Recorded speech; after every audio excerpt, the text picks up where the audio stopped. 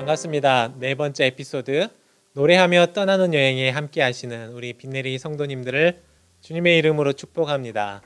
오늘도 말씀 앞에 서 있는 우리에게 하나님께서 변함없는 은혜를 더해 주시기를 기도합니다. 욥기는 욥의 고통스러운 외침이 계속되지만 그를 향한 친구들의 비난이 역시 마찬가지로 계속되지 않습니까? 단순히 한두 마디, 한두 문장으로 끝나는 것도 아니었습니다. 한 장 전체에 걸쳐서 친구 한 사람이 비난을 하고 판단하고 있었습니다. 더군다나 이 세 사람이 반복해서 돌아가면서 서로 욥을 비난하고 있는데요. 참으로 마음이 아픈 모습입니다. 욥의 친구들이 하는 말을 보면 사실 어떤 말도 틀린 말은 없어요. 다 맞는 말을 하고 있습니다. 그러나 이치에 맞지 않는 말들이었습니다. 상황과 어울리지 않는 말이었습니다. 물론 욥에게 잘못이 있다면 좋은 친구로서 욥을 꾸중하고 비난할 수도 있겠죠. 그러나 드러난 죄악이 없는 상황에서 무작정 쏘아붙이는 것은 결코 좋은 친구의 모습은 아닐 것입니다. 욥에게는 지금 마음을 위로해주는 사람이 필요했습니다. 그러나 친구들에게서는 그 위로를 받을 수가 없었습니다. 그래서 그는 더욱 하늘을 바라보게 되었습니다. 욥이 하는 말을 보실까요? 나를 조롱하는 자들이 나와 함께 있다고 말합니다. 보상을 얻으려고 친구들을 비난한다고 말합니다. 그래서 욥은 그들에게서 지혜를 결코 발견할 수 없었습니다. 소망도 희망도 찾아볼 수가 없었습니다.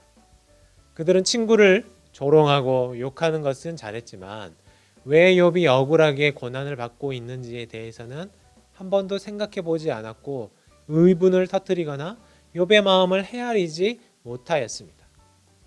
그것이 17장에서 욥이 하고자 하는 말의 전부였죠. 욥의 말을 들은 친구 빌닷을 보시면 이제 두 번째로 그의 입을 열어서 욥에게 말하는데요. 빌닷은 그래도 처음 얘기할 때에는 죄에 대한 얘기를 하면서도 그래도 회개하면 회복할 수 있지 않겠느냐, 이런 회복과 소망에 대한 메시지를 전하기도 했습니다. 그런데 이런 논쟁의 과정들을 보면 결국 토론, 논의 이런 것을 계속하는 것이 꼭 좋은 결과를 도출하는 것만이 아닌 것 같기도 합니다.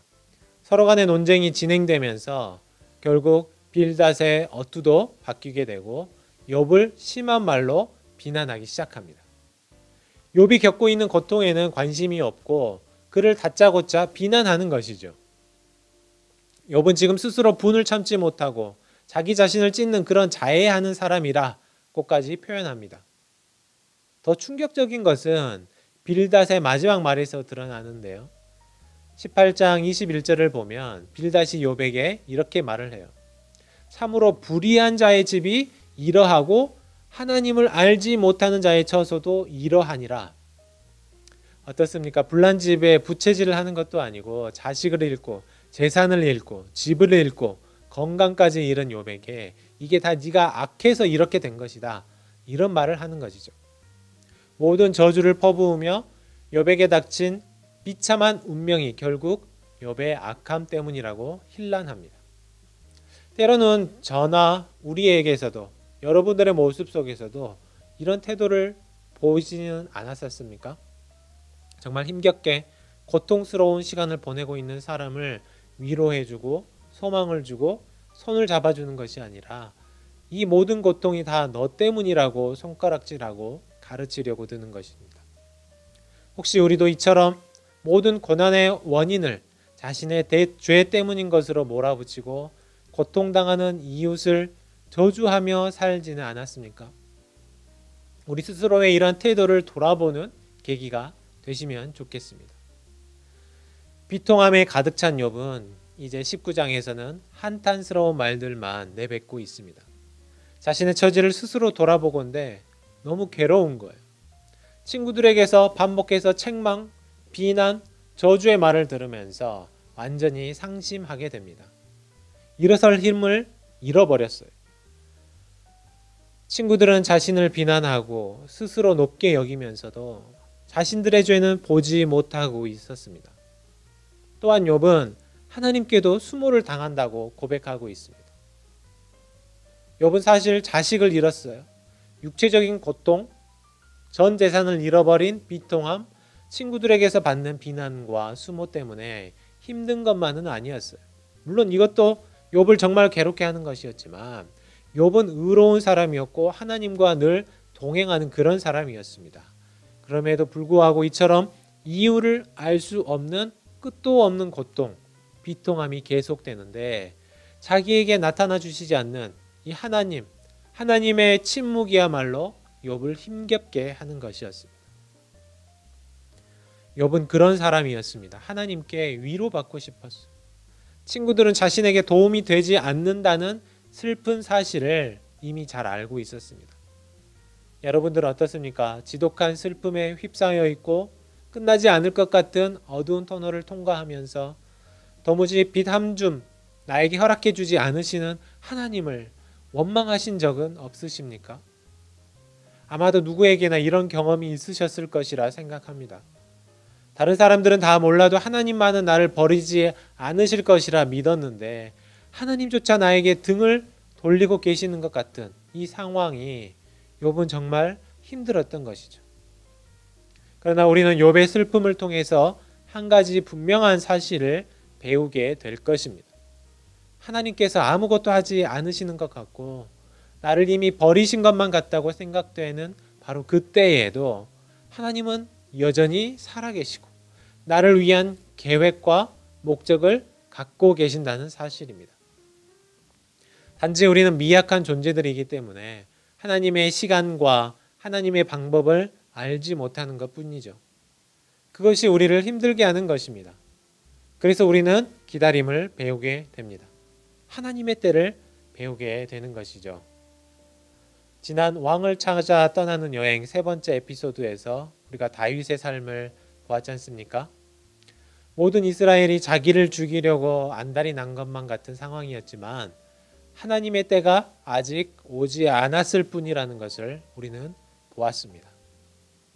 단지 욥은 이 터널이 더 어둡고 깊었던 것이죠. 우리 삶도 마찬가지입니다. 하나님의 시간과 하나님의 때를 기다릴 줄 아는 인내가 우리에게 있기를 소망합니다. 모두가 심지어 자기 가족도 잃고 아내까지도 자신을 힐난하는 상황에서 욥은 놀라운 고백을 하게 되죠. 19장 22절에서 이런 고백을 하고 있습니다. 내가 알기에는 나의 대속자가 살아계시니. 어떻습니까? 지금 이 상황에서 욥이 이런 고백을 할 수 있다는 것이 정말 놀랍지 않습니까? 답이 보이지 않는 상황이었지만 욥은 지금도 자신을 구원하신 하나님이 여전히 살아계신다고 고백합니다. 빛 한 줌 없고 답이 없는 이 땅에 서실 하나님을 믿고 고백합니다. 더 놀라운 고백은 그 다음에 나타나는데요. 26절을 보면 내 가죽이 벗김을 당한 뒤에도 내가 육체 밖에서 하나님을 보리라. 어떻습니까? 욥은 지금 당장이라도 하나님께서 나타나셔서 자신을 위로해 주시고 이렇게 세워주시고 자신을 위한 변론자가 되어 주실 것을 믿었습니다. 또 간절히 바라고 있었습니다. 그러나 그는 지금 이 땅에서 그 일이 일어나지 않더라도 죽음 뒤에라도 하나님을 보게 될 것이라는 확신이 있었던 것입니다. 욥기가 족장 시대에 쓰여졌다는 것을 생각해 보면 굉장히 이른 시기에 욥이 이미 부활 신앙을 가지고 있었다는 것을 알 수 있죠. 저는 사실 이 고백을 보면서 예수님께서 하셨던 기도가 생각이 났습니다. 예수님도 사람이시기 때문에 십자가의 고통을 당하고 싶지 않으셨습니다. 그래서 이 잔이 지나가게 하여 주옵소서라고 기도하셨잖아요. 그러나 동시에 예수님은 하나님이셨기에 이 일이 이루어져야만 한다는 것을 잘 아셨습니다.